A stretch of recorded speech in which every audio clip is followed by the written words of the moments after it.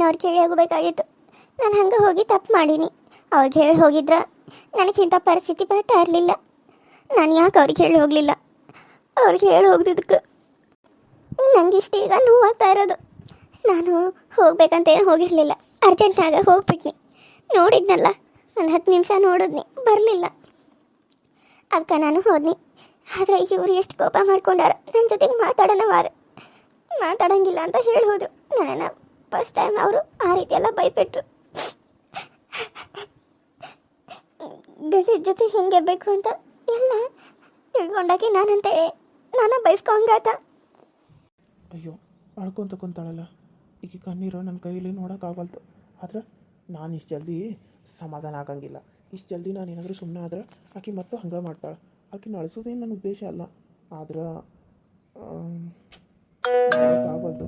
ಇರಲಿ ಆದರೆ ನಾನೇನ ಈಗ ಆಕಿನ ರಂಸಂಗಿಲ್ಲ. ಸ್ವಲ್ಪ ಒಂದು 2 ದಿನ ಬೇಡ, ಇವತ್ತು 1 ದಿನ ಆದರೂ ನಾನು ಹಿಂಗೆ ಇರಬೇಕು. ಆದರೂ ಮನಸ್ಸಿಗೆ ಯಾಕೋ ಒಂಥರ ಆಗತ್ತಲ್ಲ ಹಿಂಗಿರಾಕ. ನಾನು ಹೆಂಡ್ತಿಗೆ ಅಲ್ಲ ನೋವು ಮಾಡೋದು. ಅಮ್ಮನಷ್ಟು ಇಷ್ಟಪಟ್ಟು ಮದುವೆ ಆಗಿನ ಅವಳು ಕಣ್ಣಾಗಿಂದ ನೀರು ಬಂದ್ರೆ ನನಗೊಂಥರ ಆಗತ್ತತಿ. ಏನು ಮಾಡೋದಪ್ಪ? ಇಲ್ಲ ಇಟ್ಟಿದ್ನಲ್ಲ, ಎಲ್ಲಿ ಹೋಯ್ತು? ಒಂದು ಇಟ್ಟು ಜಾಗದಾಗ ಇರಂಗೇ ಇಲ್ಲ. ನಾನು ಏನು ಇಟ್ಟರು ಅದು ಮತ್ತೆಲ್ಲ ಎತ್ತರ ಆಗಿರ್ತತಿ. ನೋಡಿ ಇವನ್ನೆಲ್ಲ ಹೆಂಗೆ ಬಿದ್ದಾವೆ. ಒಂದು ಈಟ್ರ ಕ್ಲೀನ್ ಅನ್ನೋದು ಐದು ಟೇಬಲ. ಬರೀ ಯಾವ ನೋಡ್ತೀವಾಗ ಅದು ಇದು ಇರುತ್ತಾನೆ ಇದ್ರ ಮೇಲೆ. ಎಲ್ಲಿ ಹೋಯ್ತು? ಅಯ್ಯೋ, ಅದೆಷ್ಟು ಇಂಪಾರ್ಟೆಂಟ್ ಆಗಿತ್ತು ನನಗೆ. ಎಲ್ಲಿ ಹೋಯ್ತೋ ಏನೋ. ಅಯ್ಯೋ, ಇವ್ರು ಬಂದಾರೆ. ಇವ್ರ ಹತ್ರ ಸಾರಿ ಕೇಳಿ ನಾನು ಕ್ಷಮೆ ಕೇಳಬೇಕು. ನನಗೆ ಇವ್ರ ಜೊತೆ ಮಾತಾಡದೆ ಇರೋಕ್ಕಾಗಲ್ತು. ರೀ, ಏನು ಬೇಕಾಗಿತ್ತು? ಏನು ಸಿಗ್ತಾ ಇಲ್ಲ. ಎಲ್ಲಿಟ್ಟೋ ಏನೋ ನೆನಪು ಆಗತ್ತಿಲ್ಲ. ಛೇ, ನಾನು ಹಣೆ ಬರೋಕೆ ಬೇಕಾದಾಗ ಬೇಕಾದ ಟೈಮ್ದಾಗ ಏನು ಸಿಗಂಗಿಲ್ಲ. ಬರೀ ಹುಡ್ಕಾಡ್ಬೇಕು. ರೀ, ಏನಂತ ಹೇಳಿ? ನನಗೆ ಗೊತ್ತಿದ್ರೆ ಹೇಳ್ತಾನೆ. ಇಲ್ಲಿ ಯಾರಿಗೂ ಸಹಾಯ ಮಾಡೋದು ಬೇಕಾಗಿಲ್ಲ. ನಾನು ಯಾರನ್ನೂ ಇಲ್ಲಿ ಕೇಳಿಲ್ಲ. ನಾನು ಹುಡ್ಕೊಳಕತ್ತೇನೆ. ನನಗೆ ಬೇಕಾಗಿರೋದನ್ನು ನಾನು ಹುಡ್ಕೋತೇನೆ. ನನಗೆ ಯಾರೇನೋ ಬೇಕಾಗಿಲ್ಲ ತಂದು. ನಾನು ಯಾರಂತ ಗೊತ್ತಿಲ್ಲ ಅಂದಮೇಲೆ ನಾನು ಒಂದಿಟ್ಟು ಹೇಳ್ದೆ ಹೋದ್ಮೇಲೆ ಇವಾಗೇನು ನನ್ನನ್ನು ಕೇಳೋದು? ನನ್ನನ್ನು ಏನು ಕೇಳೋಕ್ಕೆ ಹೋಗಬೇಡ, ನನ್ನ ಜೊತೆ ಏನೇನು ಮಾತಾಡೋಕ್ಕೆ ಹೋಗಬೇಡ. ಸುಮ್ಮನೆ ಮಾತಾಡಿದ್ರೆ ನಾನು ಮಾತ್ರ ಸುಮ್ಮನೆ ಇರೋಂಗಿಲ್ಲ ನೋಡು. ಒಂದ್ಸರಿ ಹೇಳ್ತೀನಿ ಅಷ್ಟೇ. ಸುಮ್ಮನೆ ಮ್ಯಾಗ ಬಿದ್ದ ಮಾತಾಡ್ಸೋಕೆ ಹೋಗಬೇಡ. ನಂಗೆ ತಲೆ ಕೆಟ್ಟರೆ ನಾನು ಭಾಳ ಕೆಟ್ಟು. ಅದು ನಿನಗಿನ್ನ ಗೊತ್ತಿಲ್ಲ ಅಂತ ಅನಿಸ್ತತಿ. ಅದೇ ನನ್ನ ತಪ್ಪಾಯಿತು. ನಾನು ನಿಮ್ಗೆ ಹೇಳಿ ಹೋಗಬೇಕಾಗಿತ್ತು. ನಾನು ಹೇಳಿದನ್ನು ಹೋಗ್ಬಿಟ್ಟೆ. ನನ್ನ ಕ್ಷಮಿಸ್ರಿ. ಇನ್ನು ಮುಂದೆ ನಾನು ಯಾವತ್ತೂ ಹಂಗೆ ಮಾಡಲ್ಲ. ಎಲ್ಲೇ ಹೋಗಲಿ ನಿಮಗೆ ನಾನು ಹೇಳಿನೇ ಹೋಗೋದು. ನನಗೆ ಹೋಗೋದು ಗೊತ್ತಿರಲಿಲ್ಲ. ಅವರು ನಾನು ಸಗಣಿ ಎತ್ತ ಹಾಕಬೇಕಾದ್ರೆ ಬಂದು ಕೇಳಿದ್ರು. ಇನ್ನು ನಾನು ಹೆಂಗಿಲ್ಲ ಅನ್ನಲಿ, ನನಗೂ ಗೊತ್ತು ಅಂದರೆ ನಾಳೆ ಕರ್ಕೊಂಡು ಹೋಗ್ತೀನಿ ಅಂತ ಹೇಳಿದೆ. ಇಲ್ಲ, ಆಗೋ ಕೆಲಸ ಇವತ್ತೇ ಆಗಬೇಕು. ಹೆಂಗಾದರೂ ಮಾಡಿ ನನ್ನ ಕರ್ಕೊಂಡು ಹೋಗವ. ನಿನ್ನ ಕೈ ಮುಗಿತಾನು. ನಿನ್ನಿಂದಾದರೂ ನನಗೆ ಮಕ್ಕಳ ಭಾಗ್ಯ ಸಿಗ್ತತಿ ಅಂತ ಗಂಡ ಹೆಂಡತಿ ಜೀವನದಾಗ ವಿರಸ ಇದೇ ಇಲ್ಲ ಏನಿಲ್ಲ. ಬರೀ ಜಗಳ ತುಂಬೈತಿ. ನಿನ್ನಿಂದಾಗಿ ನಮ್ಮ ಸಂಸಾರ ಚಲೋ ಆಗ್ತತಿ ಅಂತ ಅನ್ಕೊಂಡೀನಿ. ಕರ್ಕೊಂಡು ಹೋಗವ, ನಿನ್ನ ಕೈ ಮುಗಿತಾನೆ, ನಿನ್ನ ಕಾಲು ಬೀಳ್ತಾನೆ ಅಂತ ಅನ್ನಕತ್ರು. ಅದಕ್ಕಾಗಿ ನಾನು ಕರ್ಕೊಂಡು ಹೋದ್ನಿ. ಆದ್ರೆ ನೀವು ನನ್ನ ಮ್ಯಾಗೆ ಇಷ್ಟು ಕೋಪ ಮಾಡ್ಕೊಂಡಿರಿ ಅಲ್ಲ. ನಿಮ್ಮನ್ನ ನಾನು ತಪ್ಪಾಯಿತು ಅಂತ ಕೇಳಿ ಎಷ್ಟು ಸರಿ ಕೇಳಿದೆ. ಸಾರಿ ಅಂತ ಕೇಳಿದ್ರು ನಿಮ್ಮ ಮನಸ್ಸಿಗೆ ಕರೆಕ್ಟ್ ಅಲ್ಬರಿ. ನನಗೇನು ಬೇಕಾಗಿಲ್ಲ ಅಂತ ಒಂದ್ಸರಿ ಹೇಳ್ದೆ ಅಲ್ಲ, ಪದೇ ನಾನು ಕೇಳಕ್ಕೆ ಹೋಗ್ಬೇಡ ಅಷ್ಟೇ. ಹಬ್ಬ ಸಿಕ್ತು. ರೀ, ಪ್ಲೀಸ್ ರೀ, ಒಂದೇ ಸರಿ ನನ್ನ ಕ್ಷಮಿಸ್ಬೋದಲ್ಲ? ಯಾಕೆ ನನ್ನ ಮೇಲೆ ಇಷ್ಟೊಂದು ಕೋಪ? ನಾನೇನು ಮಾಡಬಾರ್ದು, ತಪ್ಪು ಮಾಡಿದ್ದೀನಿ ಅಂತ ಈ ರೀತಿ ನೀವು ನಡ್ಕೋತಾ ಇದ್ದೀರಾ? ನನಗಂತೂ ಒಂದು ಗೊತ್ತಾಗ್ತಾ ಇಲ್ಲ ರೀ. ಪದೇ ಹೇಳಿದ್ದನ್ನ ಹೇಳೋಸ್ಕೋಕೆ ಹೋಗ್ಬೇಡ. ಕೇಳಿದ್ದನ್ನ ಕೇಳೋದಕ್ಕೂ ಹೋಗ್ಬೇಡ. ಒಂದ್ಸರಿ ಹೇಳಿದ್ಮೇಲೆ ಅದನ್ನೇ ಮತ್ತೆ ಮಾಡೋದಕ್ಕೂ ಹೋಗ್ಬೇಡ. ಅರ್ಥ ಆಯ್ತಾ? ಅರ್ಥ ಆಗಿದೆ ಅಂತ ಅನ್ಕೋತಾನೆ. ಇನ್ನೊಂದು ಸರಿ ನನ್ನ ಜೊತೆ ಮಾತಾಡೋದಕ್ಕೆ ಬಂದ್ರೆ ನಾನು ಮನೆಗೂ ಕೂಡ ಬರೋಕ್ಕಾಗಿಲ್ಲ. ನೆನ್ಪಿಟ್ಕೋ. ಆಯ್ತು ಬಿಡಿ, ನೀವೇ ಮಾತಾಡೋಂಗಿಲ್ಲ ಅಂದಮೇಲೆ ನಾನು ಮಾತಾಡ್ಸಂಗಿಲ್ಲ. ನಾನೇನು ತಪ್ಪು ಮಾಡಿಲ್ಲ ಅಂದಮೇಲೆ ನಾನು ಯಾಕೆ ಇಷ್ಟೊಂದು ಇದು ಮಾಡಬೇಕು? ಒಂದು ಸಣ್ಣ ತಪ್ಪಿಗೆ ನೀವು ಇಷ್ಟು ಮಾಡಬೇಕಾದ್ರೆ ನನಗೂ ಸಿಟ್ಟು ಬರುತ್ತೆ, ನನಗೂ ಕೋಪ ಬರುತ್ತೆ. ಆದ್ರೂ ಅದನ್ನೆಲ್ಲ ಸಹಿಸ್ಕೊಂಡು ನಾನು ಸುಮ್ಮನೆ ಇದ್ದರೆ ಸರಿ. ಆಯಿತು, ಇಷ್ಟು ದಿನ ಮಾತಾಡಲ್ವೋ? ನಾನು ನೋಡ್ತೀನಿ. ಇನ್ನು ಮುಂದೆ ನೀವು ಮಾತಾಡೋವರೆಗೂ ನಾನು ನಿಮ್ಮ ಜೊತೆ ಮಾತಾಡಲ್ಲ. ಓ ಹೌದಾ? ಸರಿ. ಹಾಗಿದ್ರೆ ಇನ್ನು ಮುಂದೆ ನನ್ನ ಜೊತೆ ಮಾತಾಡ್ತಾ ಹಂಗೆ ಇದ್ಬಿಡು, ಸರಿನಾ?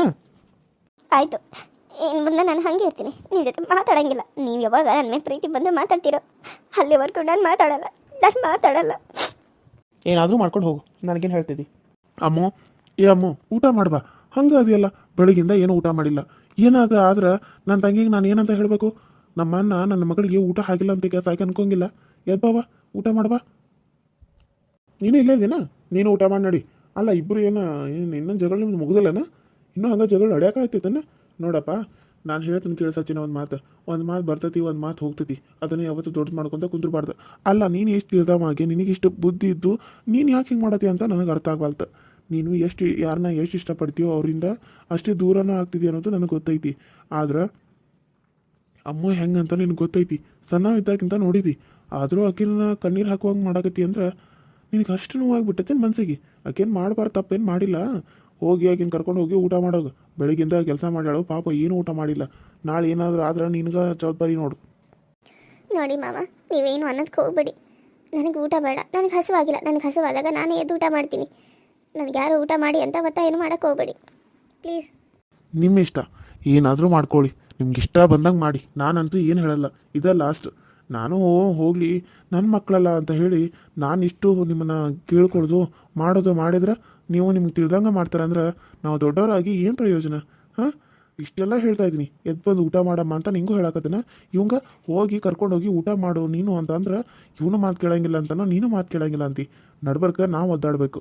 ನಾಳೆ ನಮ್ಮ ತಂಗಿಗೆ ನಾನು ಏನು ಹೇಳಬೇಕು? ಏನಾದರೂ ಆದರೆ ನಿನ್ನ ಮಾತ್ರ ಸುಮ್ಮನೆ ಬಿಡಂಗಿಲ್ಲ ಸಚಿನ್. ನಾನು ಅಷ್ಟೆಲ್ಲ ಕೆಲಸ ಮಾಡ್ಯಾಳ, ಹೊಟ್ಟೆ ಹಸು ಆಗಿರ್ತದೆ ಇಲ್ಲ ಆಕಿಗೆ. ಎರಡು ಕೆಲಸ ಮನೆಯಾಗಿಂದ. ಹಾಂ, ಬೆಳಿಗ್ಗಿಂದ ಒಂದು ಸಮಯ ಕೆಲಸ ಮಾಡಿದ ಆ ಹುಡುಗಿ. ನೀನು ನೋಡಿದ್ರೆ ಅದ್ರಾಗ ಅಳಿಸೋದು ಬೇರೆ ಮಾಡಿಬಿಟ್ಟು. ಏನಾಗಬೇಡ, ಬಿಸಿಲಾಗ ಬೇರೆ ಹೋಗಿ ಬಂದಾಳ. ಹಾಂ, ಅರ್ಥ ಮಾಡ್ಕೋಬೇಕು ಒಂದಿಟ್ಟು ಹುಡುಗಿನ. ನಾನು ನಿಮ್ಮ ಅವ್ವ ಎಲ್ಲರ ಹೋಗಲಿ, ಎಲ್ಲಿ ಹೋಗಿದ್ದಿ, ಯಾಕೆ ಹೋಗಿದ್ದಿ, ನನಗೆ ಯಾಕೆ ಕೇಳಲಿಲ್ಲ ಅಂತ ಒಂದು ದಿನ ಕೇಳಿಲ್ಲ ನಾನು. ಎಲ್ಲಾರ ಹೋಗಿ ಬಂದ್ರು ಇಲ್ಲಿ ಹೋಗಿ ಬಂದಿನಿ ಅಂತ ಆಮೇಲೆ ಹೇಳ್ತಾಳಕ್ಕೆ ನನಗೆ. ಹಾಂ ಆಯ್ತು ರೀ ಅಂತ ಹೋಗಿ ಬರ್ತೀನಿ ರೀ ಅಂತಂದ್ರೆ ಆಯ್ತು ಅಂತ ಹೇಳ್ತಿದ್ನಿ. ಯಾಕೆ ಅಕಸ್ಮಾತ್ ಹೇಳ್ದೆ ಹೋಗಿದ್ರನ ಕೀಲಿ ಇಟ್ಟು ಹೋಗಿರ್ತಿಲ್ಲ, ತೊಗೊಂಡ ಊಟ ಗೀಟ ಮಾಡ್ಕೊಂಡೆ ಸುಮ್ಮನೆ ಕುಂದಿರ್ತಿದ್ನಿ. ಬಂದ್ಮ್ಯಾಗ ಹೇಳ್ತಿದ್ಲು, ಇಂತಲ್ಲಿ ಹೋಗಿನ್ರಿ ಹಿಂಗಿತ್ತು ಅಂತೇಳಿ. ನೀವು ಇರಲಿಲ್ಲ ಅದಕ್ಕೆ ಹೇಳೋಕ್ಕಾಗಿಲ್ಲ ಅಂತೇಳಿ. ಆದ್ರೆ ನೀನು ಅದನ್ನ ದೊಡ್ಡ ಜಗಳ ಮಾಡಿ ಹೆಂಡತಿ ಜೊತೆ ಮಾತು ಬಿಟ್ಟು ಹೆಂಡ್ತಿನ ಅಳಿಸಿ, ನಾನು ನಿಮ್ಮವ್ವ ಯಾವತ್ತು ಹಿಂಗೆ ಮಾಡಿಲ್ಲಪ್ಪ, ನಾನು ಹೋಗಿರ್ತಾನೆ ಆಕೆಗೆ ಹೇಳ್ದನು ಒಂದೆರಡು ಸರಿ ಎಲ್ಲೆಲ್ಲೋ ಹೋಗಿರ್ತಾನೆ. ಹಂಗಂತ ಆಕಿನ ಮೇಲೆ ಕೋಪ ಮಾಡ್ಕೊಂಡು ನೀನು ಯಾಕೆ ನನಗೆ ಹೇಳಿಲ್ಲ, ನನಗೆ ಕೇಳೋದ ಯಾಕೆ ಹೋಗಿತ್ತು ಅಂತೇಳಿ ನಿಮ್ಮವ್ವ ಏನು ಜಗಳ ಮಾಡ್ಯಾಳೇನು? ಹಂಗಾರೆ ನೀನು ಆಕೆ ಹೇಳ್ದೆ ಎಲ್ಲಿ ಹೋಗಿಲ್ಲ, ಹೇಳೇನೆ ಎಲ್ಲ ಹೋಗಿದ್ದಿ, ಪ್ರತಿಯೊಂದು ಕೆಲಸನೂ ಎಲ್ಲ ಹೇಳೇ ಮಾಡ್ತಿದ್ದಿ. ಹೇಳಿ ನೋಡೋಣ. ಅದು ಅಪ್ಪ, ಅದು ಹೇಳ್ದನು ಒಂದೆರಡು ಕೆಲಸ ಮಾಡೇನಪ್ಪ, ಅದರಲ್ಲೇನು ಮುಚ್ಚಿಡಾಕ. ಹೇಳ್ದನು ಒಂದೆರಡು ಕೆಲಸ ಹೊರಗಡೆ ಹೋದಾಗ ಯಾರ ಸಡನ್ನಾಗಿ ಕರೆದ್ರೆ ಹೋಗಿರ್ತಾನೆ. ಮತ್ತು ಅದನ್ನೇ ಹೆಂಗೆ ನಾನು ಹೇಳೋಕ್ಕಾಕತಿ? ಆಕೆ ಅಂತಕ್ಕೆ ಫೋನ್ ಇಲ್ಲ, ಹೆಂಗೆ ಹೇಳ್ಬೇಕು ನಾನು? ಮನೆಗೆ ಬಂದಾಗ ಹೇಳಿರ್ತಾನೆ ಅಲ್ಲಿ ಹೋಗಿದ್ನಿ ಹಂಗಾಗಿತ್ತು ಹಿಂಗಾಗಿತ್ತು ಅಂತೇಳಿ. ಆದರೆ ಹೇಳಿರ್ತಾನಲ್ಲ ನಾನು. ಹಂಗೆ ಮತ್ತು ಆಕಿನೂ ಮನೆಗೆ ಬಂದಾಗ ಹೇಳೋಕ್ಕಾಗತ್ತಿಲ್ಲ ಇಲ್ಲ ನಿನಗೆ. ಹಾಂ, ಆದರೆ ನೀನು ಸಮಾಧಾನದ ಕೇಳಿಸ್ಕೊಂಡು ಇಲ್ಲ, ಅದನ್ನು ಜಗಳ ಮಾಡಿದಿ, ಜಗಳ ಮಾಡಿ ಮಾತು ಬಿಟ್ಟು. ಈಗ ನಾನು ನಿನಗೆ ಹೇಳೋ ಮಾತು ಅರ್ಥ ಆಗೈತೆ ಅಂತ ಅಂದ್ಕೊಂಡೀನಿ. ಹೆಂಡ್ತಿನ ಸಮಾಧಾನ ಮಾಡಿ ಊಟ ಮಾಡಿಸು, ಸರಿನಾ? ನಾನು ಸ್ವಲ್ಪ ಹೊರಗಡೆ ಕೆಲಸ ಐತಿ, ನಾನು ಹೋಗಿರ್ತೇನೆ. ಬರೋದು ಲೇಟ್ ಆಕತಿ, ನೀವು ಊಟ ಮಲ್ಕೊಂಡಿರಿ.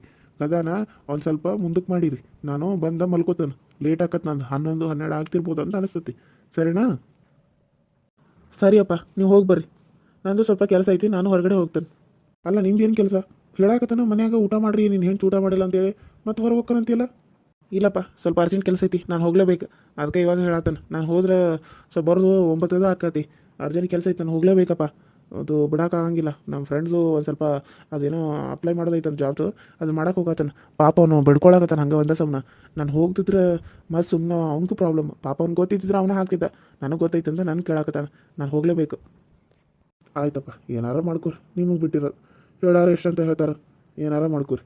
ನಾನು ಬರ್ತೇನೆ. ಅಮ್ಮ, ನಾನು ಸ್ವಲ್ಪ ಹೊರಗಡೆ ಕೆಲಸ ಐತಮ್ಮ, ನಾನು ಹೋಗಿ ಬರ್ತೇನೆ. ಸರಿ ಮಾವ, ಹೋಗಿ ಬನ್ನಿ. ನಾನು ಹೇಳ್ಬೇಕಂತ ಅನ್ಕೊನಿ, ಆದ್ರೆ ಈಗಿರೋ ಕೋಪಕ್ಕೆ ನಿನ್ನ ಮುಂದೆ ನಾನು ಹೇಳಂಗಿಲ್ಲ.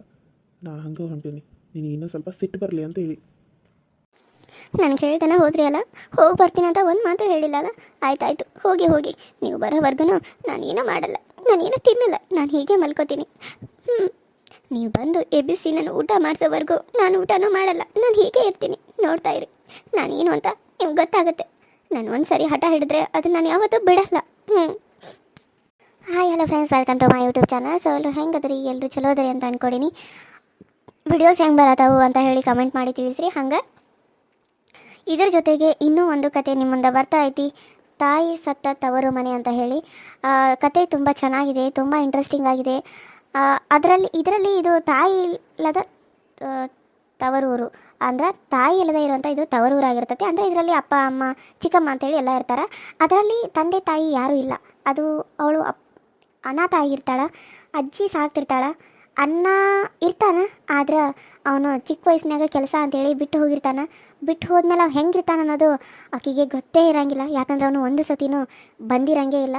ಹಾಗಾಗಿ ಆ ಮೊಮ್ಮಗಳನ್ನ ನೋಡ್ತಾ ಇರೋ ಆ ಅಜ್ಜಿ ಕತೆ ಬರ್ತಾ ಇದೆ. ತುಂಬಾ ಕಷ್ಟದಲ್ಲಿರುವಂಥ ಒಂದು ಕತೆ. ಅದು ಸ್ವಲ್ಪ ಅಂದರೆ ಮಾತಾಡೋ ಭಾಷೆ ಕೂಡ ತುಂಬಾ ಚೇಂಜ್ ಆಗಿದೆ. ಸ್ವಲ್ಪ ಕತೆ ತುಂಬ ಇಂಟ್ರೆಸ್ಟಿಂಗ್ ಆಗಿದೆ. ಸೊ ಪ್ಲೀಸ್ ಎಲ್ಲರೂ ನೋಡಿ ಸಪೋರ್ಟ್ ಮಾಡಿ. ಅಂಥ ಕತೆಗೆ ನೀವು ಕೂಡ ಸಪೋರ್ಟ್ ಮಾಡ್ತೀರಾ ಅಂತ ಅಂದ್ಕೊಂಡಿದ್ದೀನಿ. ಯಾಕಂತಂದರೆ ತಾಯಿ ಇಲ್ಲದೆ ಇರೋವಂಥ ತವ್ರ ಮನೆ ಯಾವ ಹೆಣ್ಣಿಗೂ ಬೇಡ ಅಂತ ಅನ್ಸುತ್ತೆ. ಸೊ ನೋಡಿ ಸಪೋರ್ಟ್ ಮಾಡಿ, ಹಾಗೆ ಸಬ್ಸ್ಕ್ರೈಬ್ ಮಾಡ್ಕೊಂಡು ನೋಡಿ, ಪಕ್ಕದಲ್ಲಿ ಕಾಣೋ ಬೆಲ್ ಐಕನ್ನ ಕ್ಲಿಕ್ ಮಾಡಿ, ಆಲ್ ಅಂತ ಟೈಪ್ ಮಾಡಿ. ನಾನೇನಾದರೂ ವಿಡಿಯೋ ಬಿಟ್ಟರೆ ಫಸ್ಟ್ ನಿಮ್ಗೆ ಬರ್ತೈತಿ ಅಂತ ಹೇಳ್ತಾ, ಇವತ್ತಿನ ವಿಡಿಯೋ ಇಷ್ಟ ಆದರೆ ಲೈಕ್ ಮಾಡಿ, ಶೇರ್ ಮಾಡಿ, ಕಮೆಂಟ್ ಮಾಡಿ ಅಂತ ಹೇಳ್ತಾ ಇವತ್ತಿನ ವಿಡಿಯೋನ ಇಲ್ಲಿಗೆ ಮುಗಿಸ್ತಾ ಇದ್ದೀನಿ. ಮತ್ತೆ ನೆಕ್ಸ್ಟ್ ವಿಡಿಯೋ ಸಿಗ್ತೀನಿ. ಅಲ್ಲಿವರೆಗೂ ಟೇಕ್ ಕೇರ್ ಆ್ಯಂಡ್ ಬಾಯ್.